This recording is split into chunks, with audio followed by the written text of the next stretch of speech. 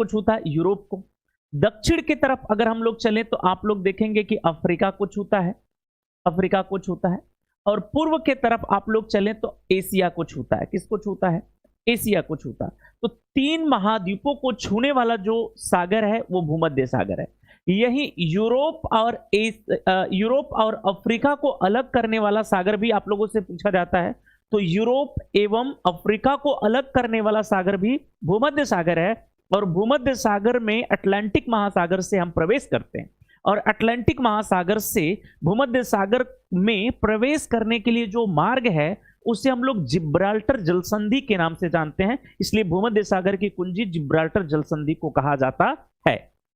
लाल सागर को अगर देखा जाए तो लाल सागर किसको किसको छूता है भाई? तो एक तरफ तो लाल सागर अफ्रीका को छुएगा, किसको? अफ्रीका को, और दूसरे तरफ एशिया को। इस आधार पे अगर आपसे कह दे कोई कि अफ्रीका और एशिया को कौन सा सागर अलग करता है, आपका उत्तर क्या हो जाएगा? लाल सागर। यही वो लाल सागर है जहां से स्वेज नहर को बनाया गया है भूमध्य सागर तक। और स्वेज नहर भूमध्य सागर को जोड़ने वाली लाल सागर और भूमध्य सागर को जोड़ने वाली जो नहर है उस नहर को आप लोग स्वेज नहर के नाम से जानते हैं। जबकि कैस्पियन सागर की अगर बात किया जाए तो कैस्पियन सागर एक झील है, एक झील है जो विश्व की सबसे बड़ी झील है, लेकिन खारे पानी की झील है। और ये कैस्पियन सागर को देखा जाए तो यह यूरोप को एशिया से अलग करने वाली झील है। यूरोप को एशिया से अलग करने वाली झील है कैस्पियन सागर।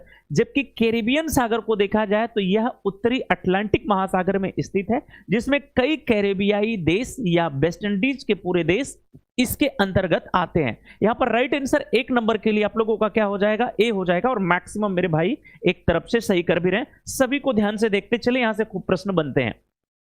चलिए 2 नंबर का प्रश्न आप लोगों के सामने, ध्यान से देखिएगा। निम्नलिखित में से कौन सी झील दुनिया की प्राचीनतम और सर्वाधिक गहरी ताजे पानी की झील है? लेक टिटिकाका झील, लेक बैकाल झील, लेक चिल्का झील, लेक सुपीरियर। अब आप लोगों को बताना है कि निम्नलिखित में से कौन सी झील दुनिया की सबसे प्राचीनतम होनी चाहिए, पहली कंडीशन। दूसरी कंडीशन की सर्वाधिक गहरी होनी चाहिए और ताजे पानी की झील होनी चाहिए। 3 कंडीशंस को फॉलो करने वाली कौन सी झील है? Lake Titicaca. लेक टिटिकाका को अगर हम लोग देखें तो ये आपको पेरू और बोलीविया की सीमा पर मिलती है, बोलीविया की सीमा पर मिलती है। और यह विश्व की सबसे ऊंचाई पर स्थित झील है एंडीज पर्वत पर। ध्यान रखें, टिटिकाका टॉप मतलब सबसे ऊंचाई पर स्थित नौगम्य झील अगर कोई आपसे पूछ दे तो टिटिकाका, जो एंडीज पर्वत पर पेरू और बोलीविया की सीमा पर है। जबकि बैकाल झील को देखें तो रशियन फेडरेशन या फिर आपको रूस में मिलने वाली झील है, जो दुनिया की सबसे गहरी झीलों में से एक है। लेक चिल्का को देखा जाए तो भारत की सबसे बड़ी लैंगून लेक है। और लेक सुपीरियर को देखा जाए तो विश्व की सबसे बड़ी ताजे जल की झील है और दुनिया की दूसरी सबसे बड़ी झील है कैस्पियन सागर के बाद। लेक सुपीरियर ग्रेट लेक्स के अंतर्गत आती है, जो कनाडा और उत्तरी अमेरिका के बीच स्थित है। यहां पर राइट आंसर आप लोगों का क्या होगा? बैकाल रूस की झील होगी। बिल्कुल राइट आंसर यहां पर आप लोगों का क्या हो जाएगा? 2 नंबर के लिए बी हो जाएगा।